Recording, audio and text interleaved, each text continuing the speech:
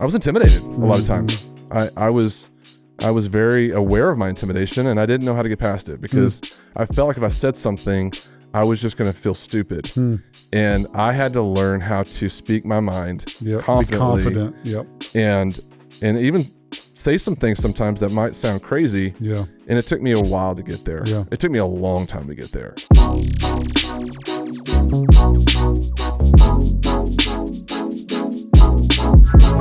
Hey, I'm excited to be on your podcast. You're my friend. Thank you for inviting me on the ReLeader Podcast. The ReLeader Podcast. And I didn't know if the email got sent to the wrong Brent in your phone. Nope. Or if it was actually for me. Brenton.Evans at xomarriage.com. You know the story of Brenton, don't you? No, I need to hear it. So Jimmy Evans, who I know him. helped provide life for me, was half Let's of the not talk equation. about that for too long, though, because it gets weird. He wanted to give his son a name because he didn't really have a great name, and he wasn't James turned into Jimmy. He was just Jimmy. Just Jimmy. And both of his brothers had weird kind of iterations of names, and it was all so basic. And so he wanted to give me a name that was, I don't know, they came up with Brenton, and this was in 1977. So Brenton actually is not too bad, but if you look at the meaning of Brenton, it means from a burnt hill. No, it does not. So it's like a Welsh English name from a burnt hill. And so they didn't spend a lot of time learning about the origins of the name, but the name Brenton is not good so things bad. come from a burnt hill. So I like the name Brenton. 10 Commandments but came a lot from of a burnt people hill. get tripped up on Brenton. They think Brendan or Brandon. And so growing up in Amarillo, everybody knew me as Brent. So, and then I tried to go to Brenton at one point, and then it would just slap me back down to Brent. I'm fine with either one. But my real friends, they call me Brenton. I call you Brenton all the time. I feel like you get mad at me when I do. But you could call me Jonathan if you want to. I call you Jonathan all the time. Yeah. So before we get into ReLeader stuff, I really feel like I need to take some time and just talk about how even this ReLeader podcast is a lot from your help. And I just feel like all my listeners should know the impact that you had on this. And we started talking about, I shared my heart with you on ReLeader a long time ago because I wrote that book last summer of 2022. And I've just been sitting on it, not knowing what I'm going to do. You were building this building, which, by the way, if you're a listener or a viewer and you're in Southlake, Texas, you have got to come check out XO, their new headquarters. It's unbelievable. But we're in the studio at XO.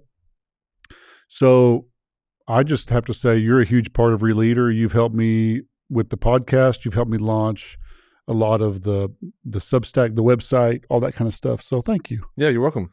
I just want everybody to know that. Well, it was really divine that we had the conversation when we did. Leadership was not on my radar for a lot of what we're doing here at XO. And then you bringing ReLeaders to the table, I was like, dadgummit, that's a good idea. It was a really fresh look at what the leadership space needed was a pinpointed message to a lot of people out there that find themselves, they didn't start it, but they're trying to figure out how to go forward with a new vision and honor the past or figure out what went wrong with the past. And so it's a big marketplace for it. And you coined a term there that I feel resonates with a lot of people. So I was like, man, that's amazing. And you said, well, maybe we can do something with XO. And I was like, well, we're marriage. And, my dad has Bible prophecy stuff. But then other leadership gophers kept popping up their head. And I kind of started swatting them down. Whack-a-mole. Yep. And then I realized, wait, my dad has leadership stuff too. Yep. And it's really good. And I need to figure out how to make this work. And so we went on a journey together. Yeah. So tell them about XL. Yeah. Go ahead and tell them. We went on a journey to kind of figure out the leadership side of things. There's so many leadership experts out there. Yeah. I find, I really cherish whenever I'm listening to somebody in the leadership space that's actually leading something. Yeah.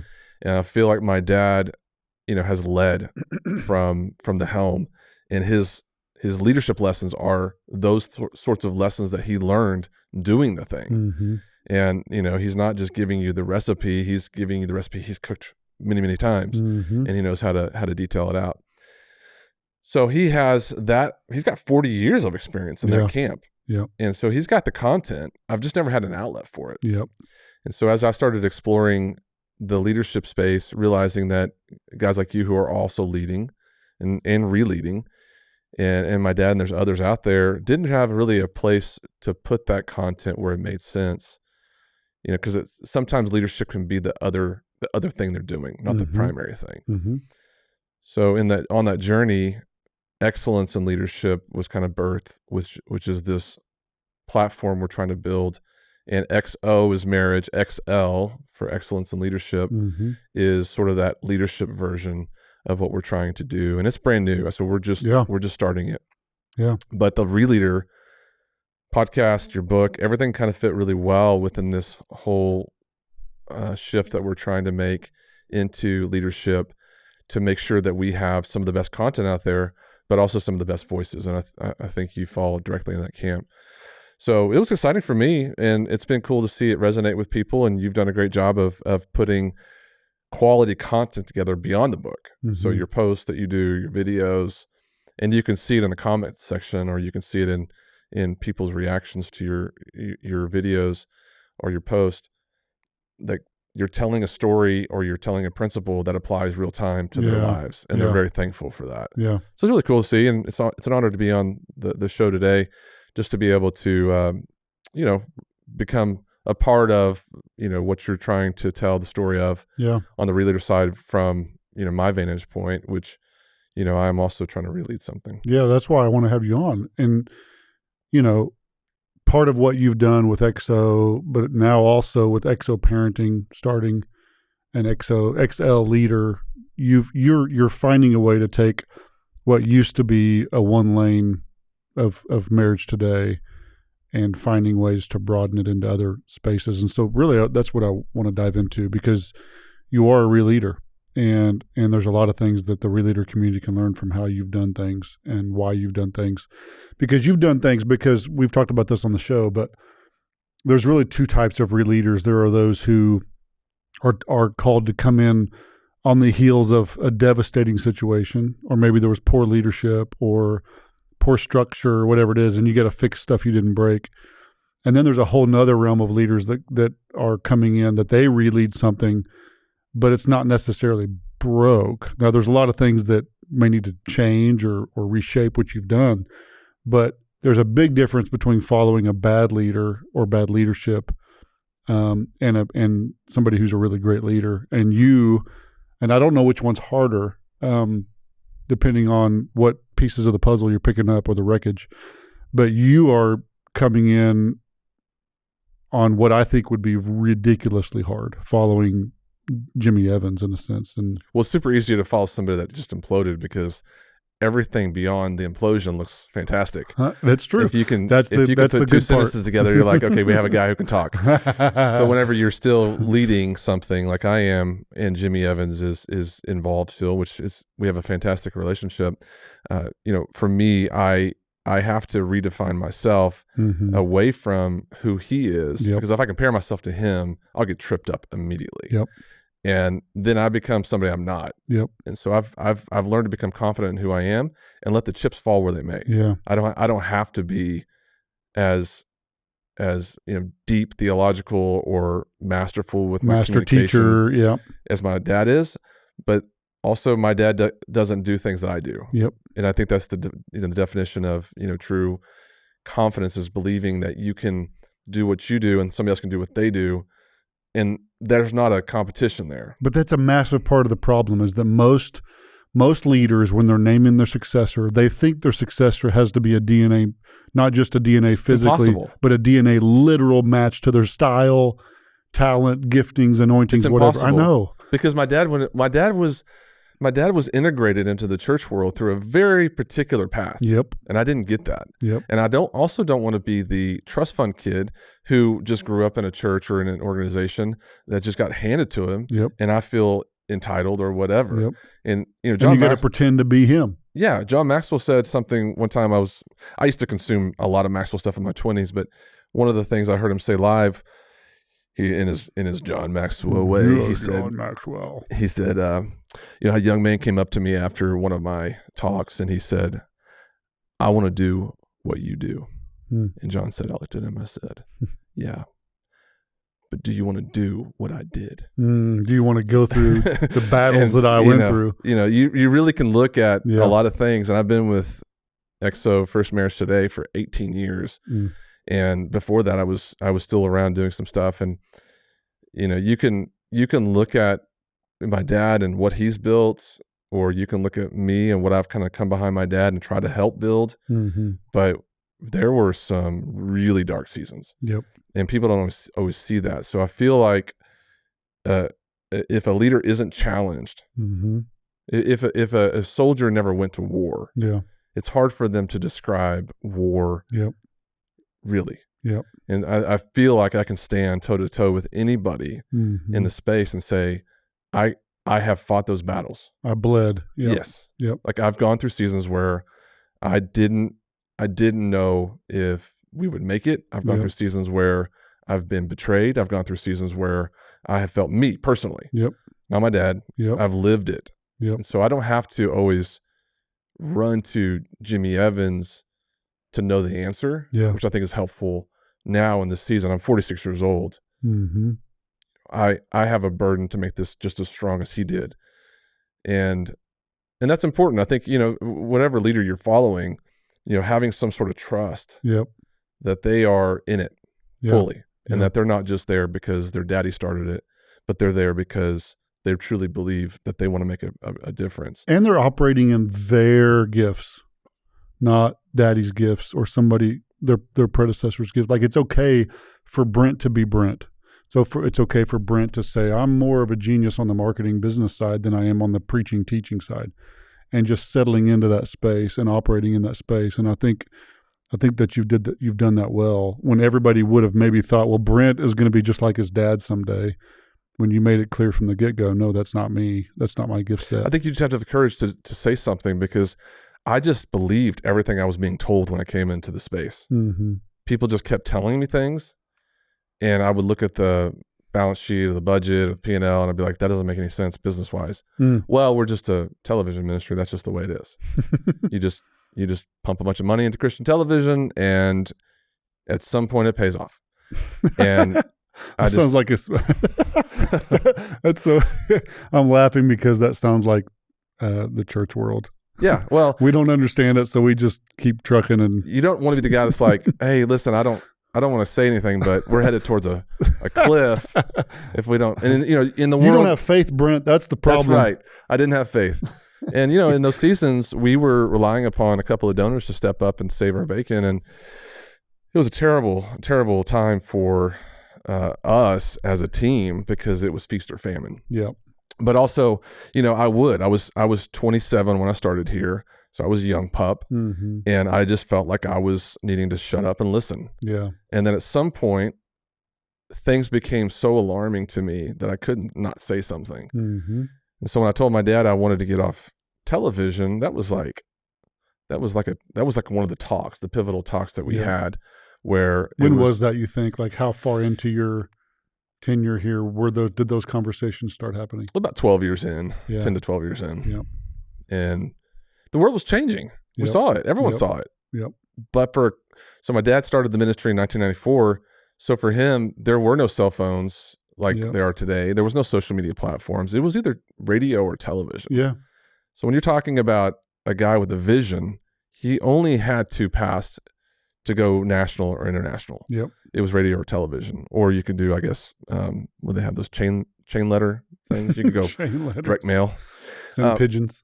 So the idea of something different than television was cataclysmic for the outreaches of the ministry, because, I mean, that's just the way it always was. But the challenge whenever you do something for that long, for 20 years, and it's a degrading outlet, because not only were people cutting the cables, but we were on for marriage. Like the show was built to reach an audience that on those platforms, half of those people didn't want to care about. They didn't care about marriage. They didn't want to hear about that. They liked Jimmy Evans content. It's more of an on-demand topic. It's not a, what are you doing tonight? Oh, we can't wait, because tonight at 8:00, we're going to sit down and learn about marriage. And everybody's going to fight their fight. So I know Christian programmers would say, the networks would say, oh, we're stronger than we've ever been. And that's fine. We can debate that.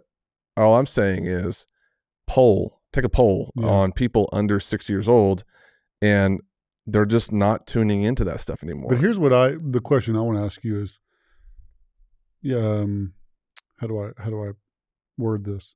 So you reled this particular, let's talk specifically about switching from TV to online. It's really profound to think that you took something that was working. Now you saw a diminishing return. It was beginning to tail off and you saw the future, but how do you convince an industry, an organization, that an industry is beginning to fail? Like that takes a lot of boldness and confidence, and especially with your dad being there. Like obviously you guys have an amazing working relationship. A lot of times when a successor comes in, if the predecessor stays around, it's usually a train wreck. So for you guys to be able to do that well is unbelievable. I do think part of that is because you bring different gift sets to the table. He trusts your gift sets, you trust his gift sets, and it goes from being a competitor or we're against each other to we make each other stronger. But how did you come into an organization that had been working a certain way? Like what gave you the confidence, I guess is what I'm asking, to say, man, because that was a massive risk. It was. It really was a defining moment for me, because if it hadn't worked, then I would have been spit out, I think, at some point of the organization. Naturally, just been like, this guy screwed up. Yeah. We got to go back to what was working or go back to something else. But I believed in it a lot, and so much so that I was willing to stake my claim on it. And also for me, the burden for Christian television just wasn't there. Mm-hmm. I didn't have that same, awareness of the value of that. Yep. But if you had conversations with some of even the big name organizations, big ministries out there that were on Christian television, they were quietly saying the same thing. They just had more cash to make longer term decisions. They could drag it out longer. Yes. We didn't have the cash. Yep. So we had to make more. You had to rob from Peter to pay Paul. Right. We had to make really quick decisions that once we started seeing things change, we didn't have 10 years to figure it out. Yep. And thankfully in the moment, so with everything there, I think there's a God component to it, because in that moment, it was really a God season. Yeah. Where we were in a place where my dad was very involved still in the church world, and he gave me the freedom. To my dad's credit, he has never been, tricky with me. Yep. Hey, I'm going to let you do this. But, oh, not really. Not really. He's never come in, and he's been very great. And I think that's huge. If anybody's out there in a transition season, I think, say that. If anything else, my dad and I could give you some pointers on, on his side, what he's done, and on my side. But, it was great, because what I was able to do is go, okay, I've got some time. I've got a little bit of money now to invest in these things. And I just started asking some big questions.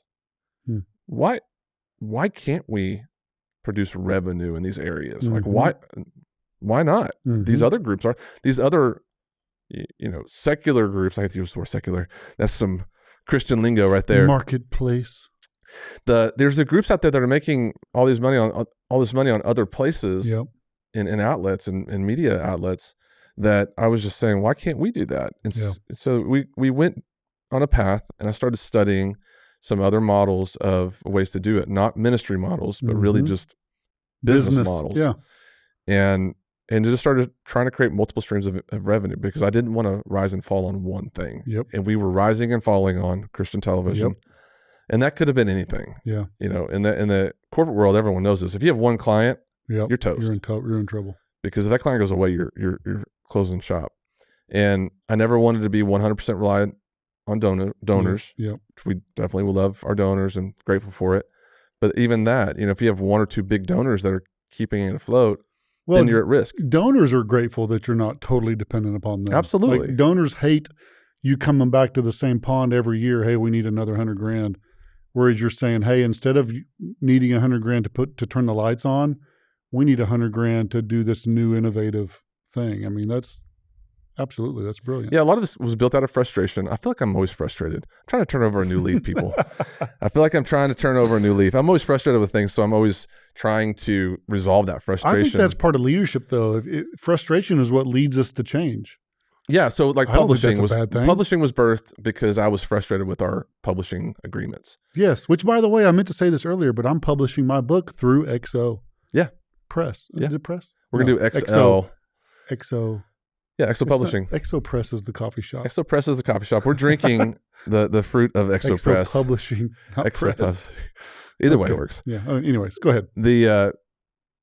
Where was I? I don't know. Talking about the publishing company. Yeah, so the publishing, I just asked the question, why do we have to use these traditional publishers who literally are just removing the name of the previous author, putting, for example, my dad's name in there and just submitting this standard agreement where they're taking your baby, everything, and they're gonna own that baby forever. Really, we still have a couple of my dad's books out there. Super frustrated because the publishing house will not release the rights, and they just sit on it. And it's only frustrating because I know that we can still minister with that content in new ways. We can refresh it. That sounds stupid and religious to say a holy frustration, but it's like it's a good frustration. Jesus turned the tables over for a reason.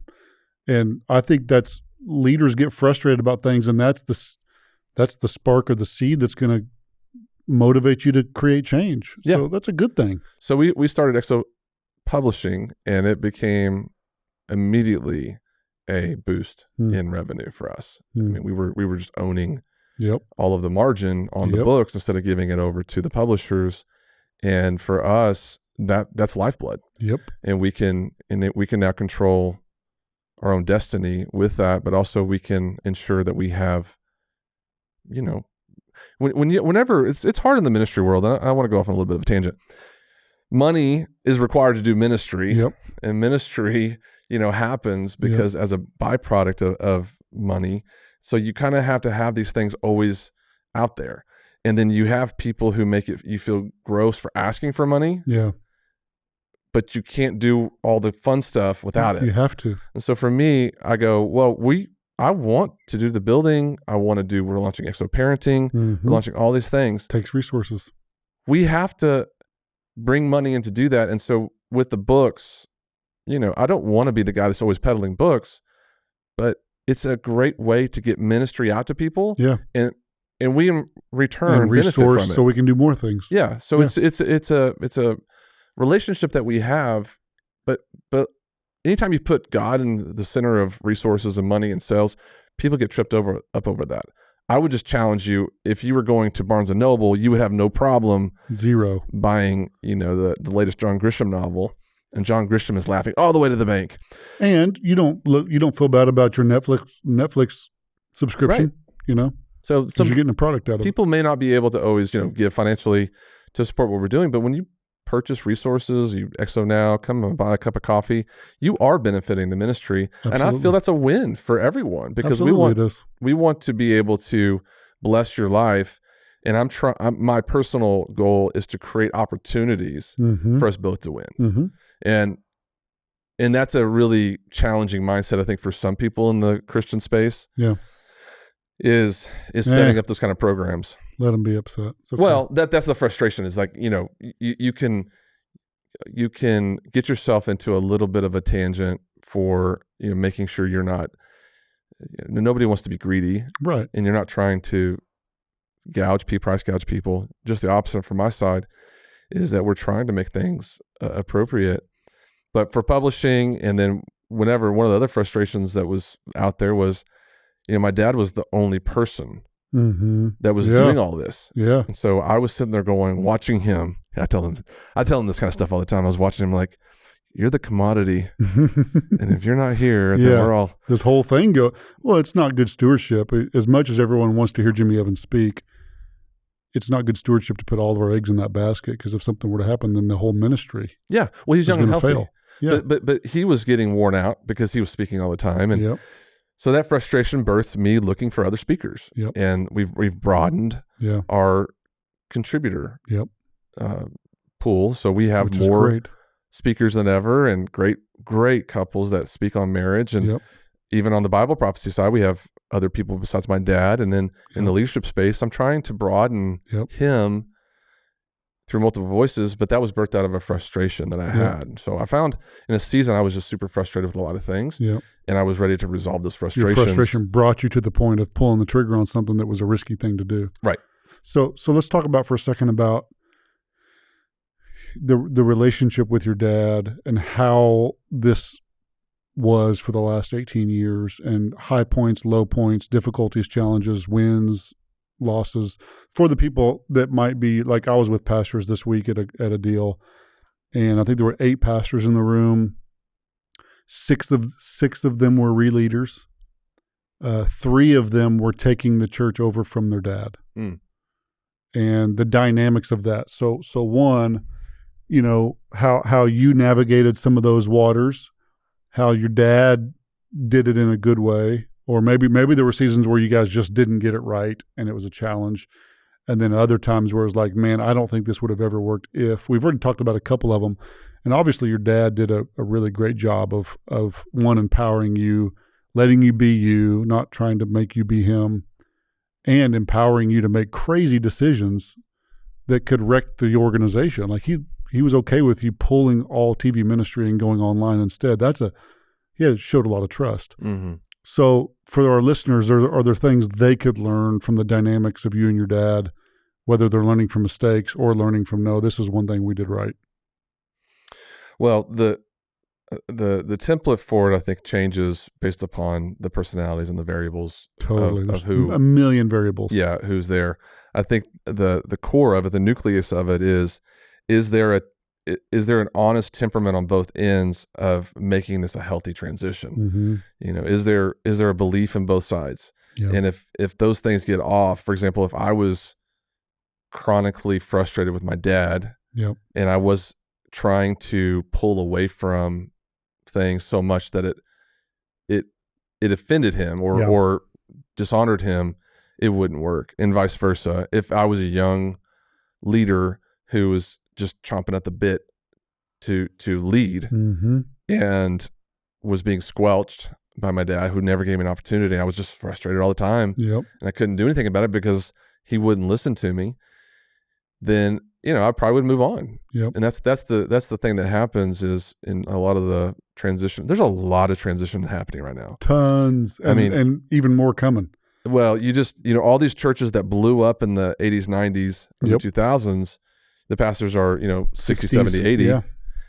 And we're getting to see a lot of ReLeader happening. Very much so. And I hear the pain points out there. I know it's challenging. And I've seen from just my personal, lookout tower, I've seen the ones winning, and it's no surprise why they're winning. Yeah. It's because they gave it time. Yeah. And the successor was qualified before the moment happened. Mm-hmm. And that doesn't mean that it can't happen like a Joel Osteen moment where Jon Osteen died and Joel Osteen was in the production department and then, was thrust on stage. Yep. And now he's Joel Osteen. Yep. That can happen. I would say it's actually easier, not when someone dies, but when someone's gone. I agree with that. It's really hard to transition ReLeader if your predecessor is still around. In fact, you don't really find a lot of that in the Bible. Elijah, when Elisha took over, Elijah was gone. When Joshua took over, Moses was gone. And so it can be done. I agree with you. You guys are proof of that. And so that's why I think I'm so curious as to some of the things you did right, some things you did wrong, because it's more rare to see it done well when the predecessor sticks around. Well, typically when a church is successful, it's because the personality of the founder is so strong. Yeah. They've got a strong vision, they've got a strong personality, and they have led that thing. One particular strong gift. Yeah. Yeah. Up a mountain, and now they're really proud of the fact that they're at the top of the mountain. Mm-hmm. And so when you tell that person you tap them out and you go, "Hey, listen, this next guy's coming in," they're like, "No, I don't think so. Mm-hmm. I'm liking my spot." Mm-hmm. and their life after that, that hill, the top of the hill moment, they can't see beyond that. Mm-hmm. They don't know what that looks like. But it's not about them. Right. The people in the congregation are the ones they should be thinking about. Yep. And, when you have a person that's strong, they typically think all those people are there for them. But if they're not careful, that moment that the people that have been there for so long and they adore this person, they start to get frustrated. Mm-hmm. They start to turn because they're like, they're not the same person they used to be. Mm-hmm. They've changed, and now they're not feeding me fresh. They're just kind of there. Yeah. As opposed to a young leader who's wanting to give their best. Yep. It would be the same, Aaron Rodgers, bless his heart, because he tore his Achilles this week. He was on my fantasy team. I don't mean to time this podcast, but, Aaron Rodgers wishes he was still in his 20s. Mm-hmm. Yeah. Trying to act like he still is. He's going to have to hang it up pretty soon. He's done, bro. He said he might want to come back. And no, he did not. Did he really? He mentioned that he's, I don't think he wants to let his fans down. Yeah. But just like Brady, at some point, there's no choice. More gas in the tank. But you saw how Brady went out. Man, he screwed that up big time. Bad. And, Giselle, I don't know the full story, right? We're all just armchair quarterbacks when it comes to talking about that whole marriage component of Brady and Giselle. But I would think that just because we do marriage stuff, just as a normal wife, you're going back to football. You just retired. Yeah. Are you kidding me right now? And so he wanted it. I'm sure it was hard for him to give it up. Yep. I mean, he was so good. Yep.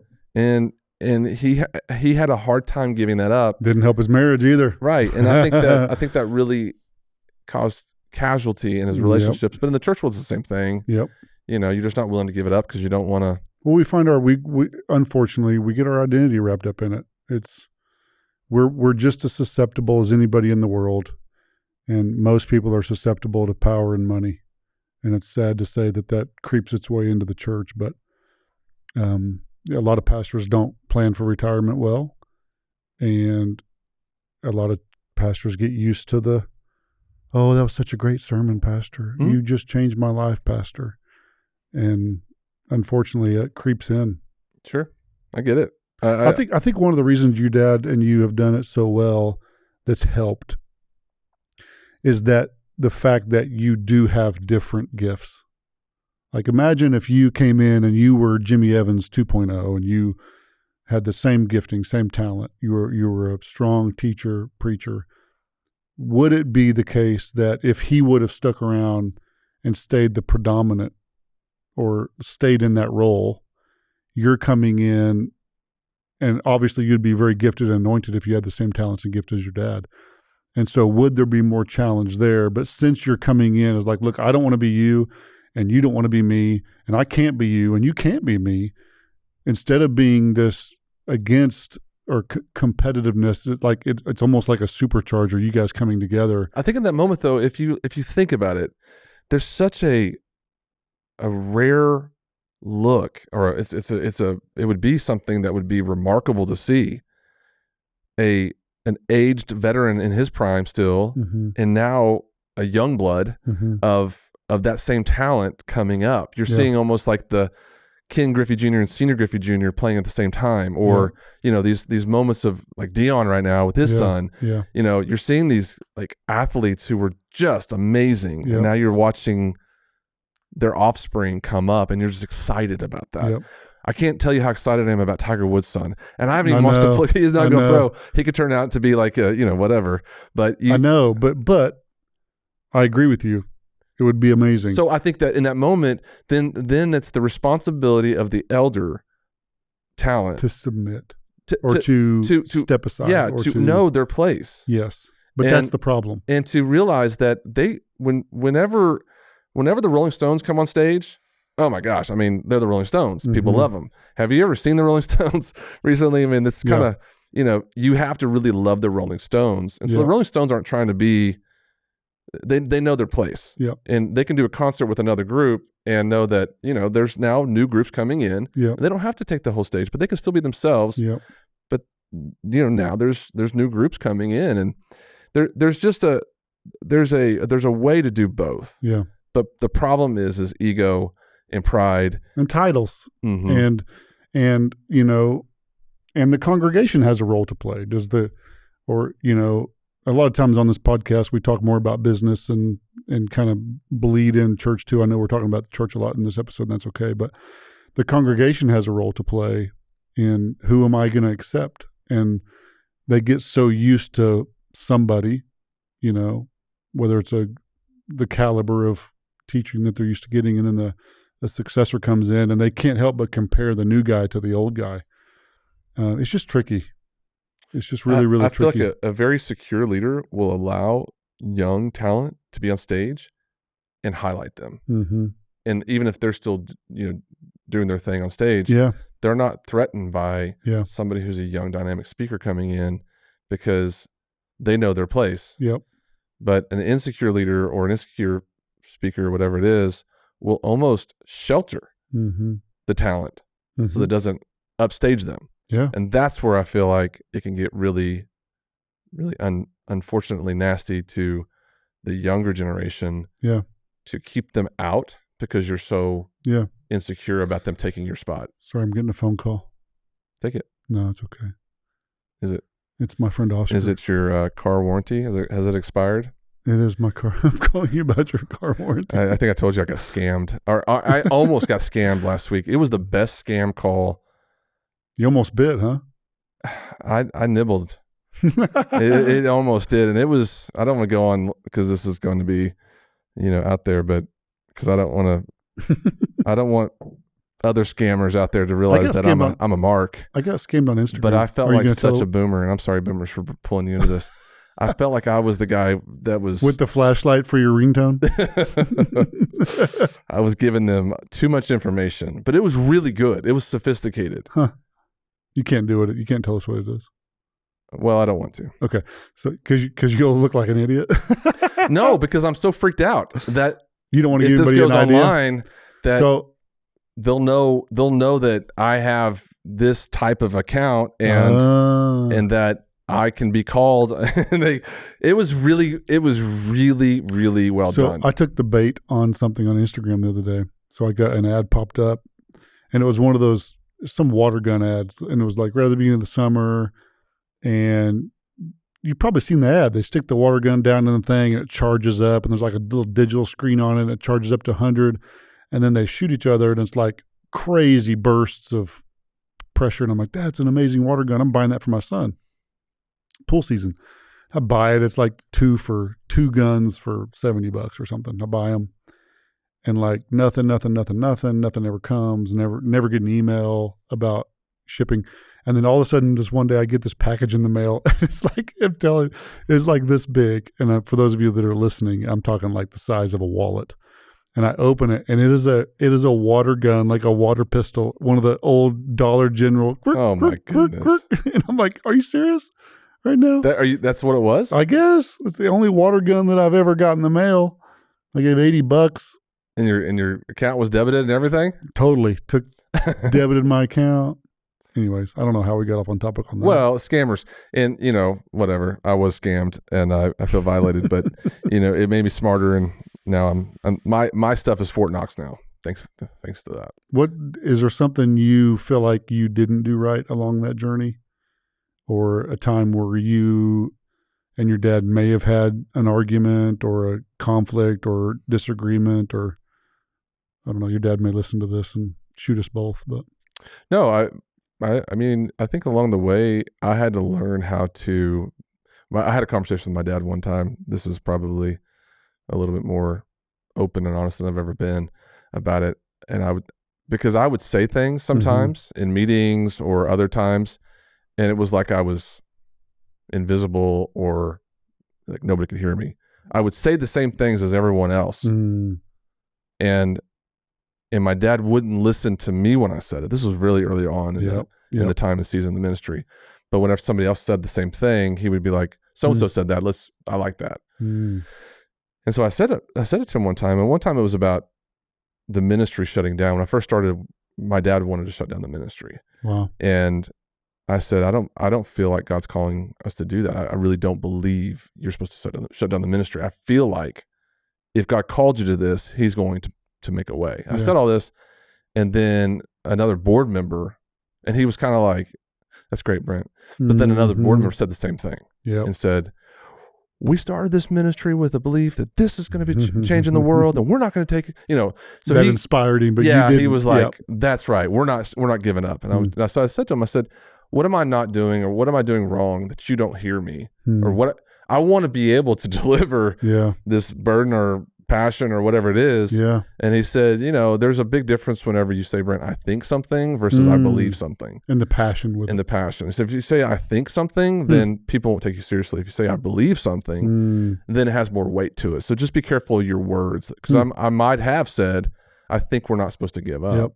But it developed a little bit of a desire in myself to want to stand up for myself. My dad is a very, very alpha type male. Totally. Man's man. He's not scared of anything. He always has been. And I think when you grow up with that, you take it for granted because you're not really aware of the fact that not everyone's built that way.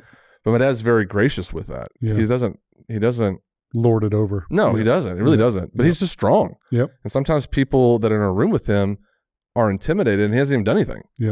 And I've been around other alpha type males that have said the same thing. It's like some people just come up to me and say, you made me scared when I was around you and you didn't do anything. And they're like, thanks for that. Appreciate it. And for people like my dad, I have empathy because he doesn't know what he's doing wrong, but he's never going to not be strong. So when you're around that a lot, if I was around a lot like him and other senior pastor types, I was intimidated a lot of times. I was very aware of my intimidation, and I didn't know how to get past it because I felt like if I said something, I was just going to feel stupid. And I had to learn how to speak my mind confidently. Be confident. And even say some things sometimes that might sound crazy. And it took me a while to get there. It took me a long time to get there. Well, I think it's good for ReLeaders to hear that that from both sides, right? Like, so the successor has to be more confident even when they don't feel confident at times. But also I love the other side of that too. And so think about it from your dad's perspective. Like, I picture my son Jace, he's 13. It was 10 years ago, 11 years ago, I was wiping his butt. And then he's still an immature junior high kid. And at what point will my son get where I begin to see him as a man? And then not only will I begin to see him as a man, but a dad, and then a leader. But there'll always be this thing in the back of my head as he's still my little boy. And at what point does the dad have to say, no, my little boy is a heck of a leader. He's a man that makes really good decisions. That now my little boy that I used to wipe his butt is 35. And he there's areas that he is wiser than me in. Sure. So that's got to be a crazy time. We're going to both experience that as dads, where our kids will get smarter than us. Well, I had to have a conversation with my dad recently and just say, I am 46 years old. I don't need you to build me up anymore. Like, I don't need you to prepare a way for me in a room. Wow. Because sometimes he would come in and be like, very complimentary. Feel like he had to build you up. And I appreciated it, but it also made me feel like I needed him to prop you up. Yeah, and I don't like that. That's good. I mean, at this point in time, it's either I have it or I don't. I don't need him to come up and prop me up. But if we're in the office, and I've learned to embrace this too, because this, I can sometimes feel like a little boy in the office with my parents, and everyone honors them here, and I really love that. And they have every right in the world to be the still the face and name of patriarch the ministry, and matriarch, because they're still doing great ministry.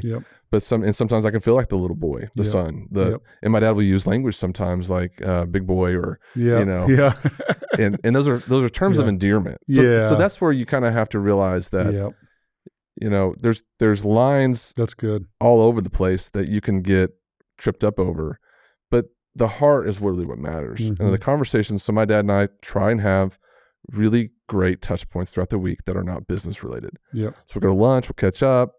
I'm trying to be more purposeful in my life about having meaningful conversations, even whenever I'm not thinking about it, because we can always talk business.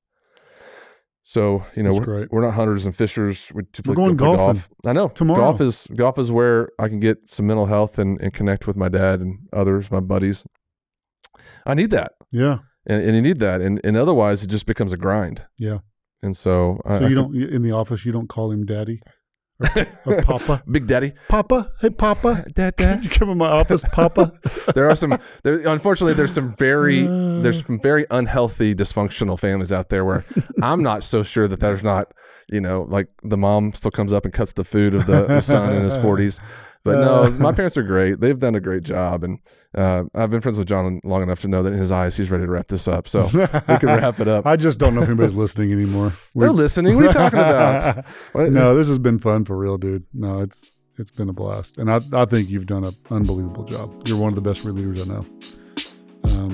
So we all get to be a part of what God's doing. And because of what your dad started, but because of what you're ReLeading, EXO's just getting warmed up.